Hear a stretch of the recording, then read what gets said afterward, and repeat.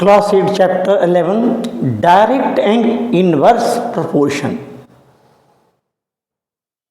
Here are so many examples are given related to direct and inverse proportion.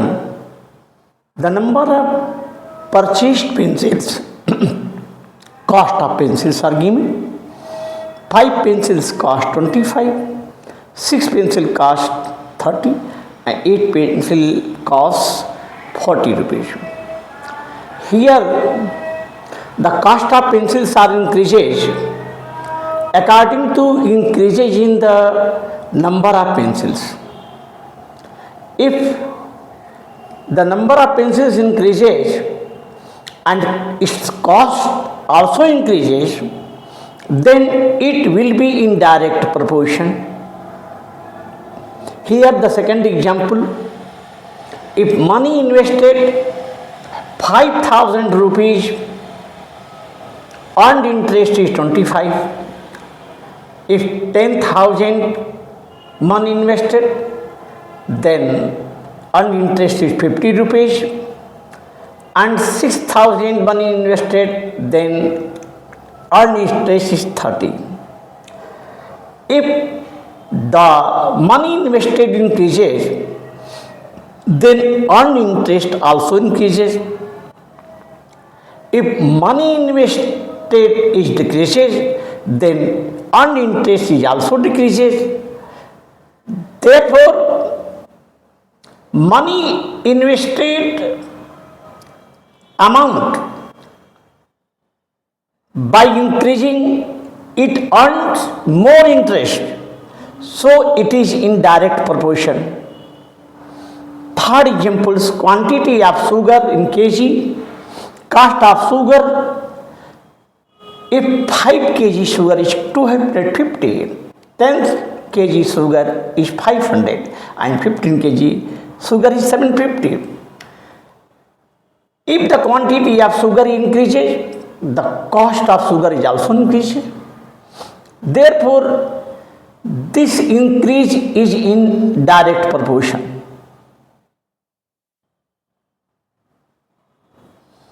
अगर हम pencil की संख्या को बढ़ाते हैं तो हमारी कास्ट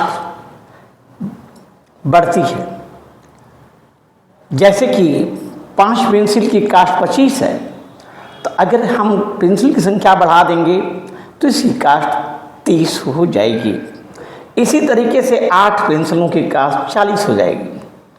अगर हम किसी बैंक में 5,000 रुपया इन्वेस्ट करते हैं तो उसका अर्न इंटरेस्ट 25 रुपया होता है, तो 10,000 इन्वेस्ट करने पर यह मनी 50 हो जाती है। अगर 6,000 करते हैं, यानी कि 10,000 से कम करेंगे तो इससे कम इंटरेस्ट पैदा होगा।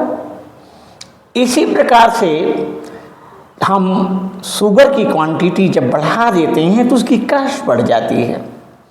इस प्रकार हम एक मद को बढ़ाते हैं तो दूसरी मद में परिवर्तन उसी के अनुरूप उसी दिशा में होता है, यानी कि यह डायरेक्ट प्रोपोर्शन रिलेशनशिप कहलाती है। अब बात आती है कि जो second line is given, example first, the number of workers are engaged to complete a work. Here number of workers are given and time taken to complete a work in hours is also given. 25 workers are needed to complete whole work in 10 hours. If there is one worker is available, then he will complete it in 250 hours. If 2 workers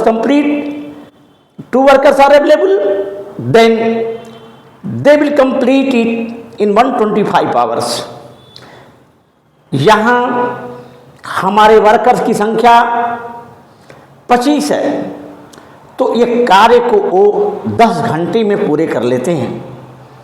लेकिन वही संख्या जब 1 हो जाती है तो हमारे work complete करने के घंटे 250 हो जाते हैं। इस प्रकार से जब वर्क की संख्या 2 होती है तो वर्कर के कंप्लीट करने के आवर्स 125 हो जाते हैं। इस प्रकार हम पाते हैं कि अगर वर्कर की संख्या को कम किया गया तो घंटों की संख्या बढ़ने लगी। अगर हम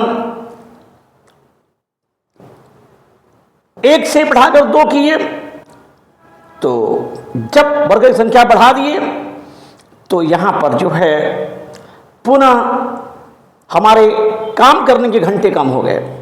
इस प्रकार हम ये देखते हैं, हम पाते हैं कि 25 वर्कर्स इस कार्य को जो 10 घंटे में पूरा करता है, इसके वर्कर की अवेलेबिलिटी कम होने पर ज़्यादा घंटे लगते हैं।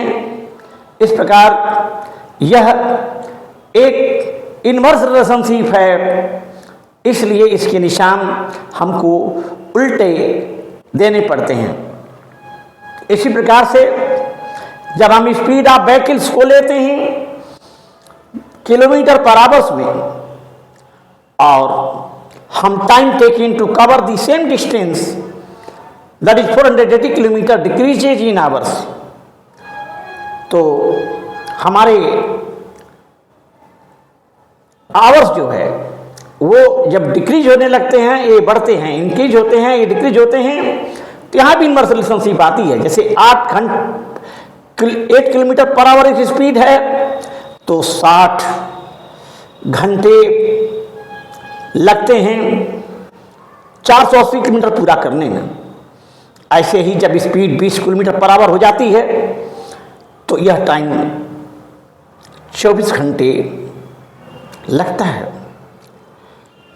और जब हम स्पीड 24 कर देते हैं तो 20 ही घंटे में 480 किलोमीटर पूरे हो जाते हैं। यानी कि हमारे स्पीड बढ़ाने के साथ साथ हमारे जो दूरी पूरा करने के घंटे हैं वो कम होते चले जा रहे हैं। यानी कि घंटों के पूरा करने का जो समय है वह स्पीड के विपरीत है, यानी कि यह इन्वर्स रिलेशनशिप कहलाएगी। द नंबर ऑफ स्टूडेंट्स अगर 100 हैं तो उनकी 20 दिन खाने की व्यवस्था है। अगर ये 200 होते हैं तो इनके खाने की व्यवस्था 10 ही दिन रह जाती है। अगर 400 जाते हैं तो 5 ही दिन में खत्म कर लेंगे पूरे भोजन।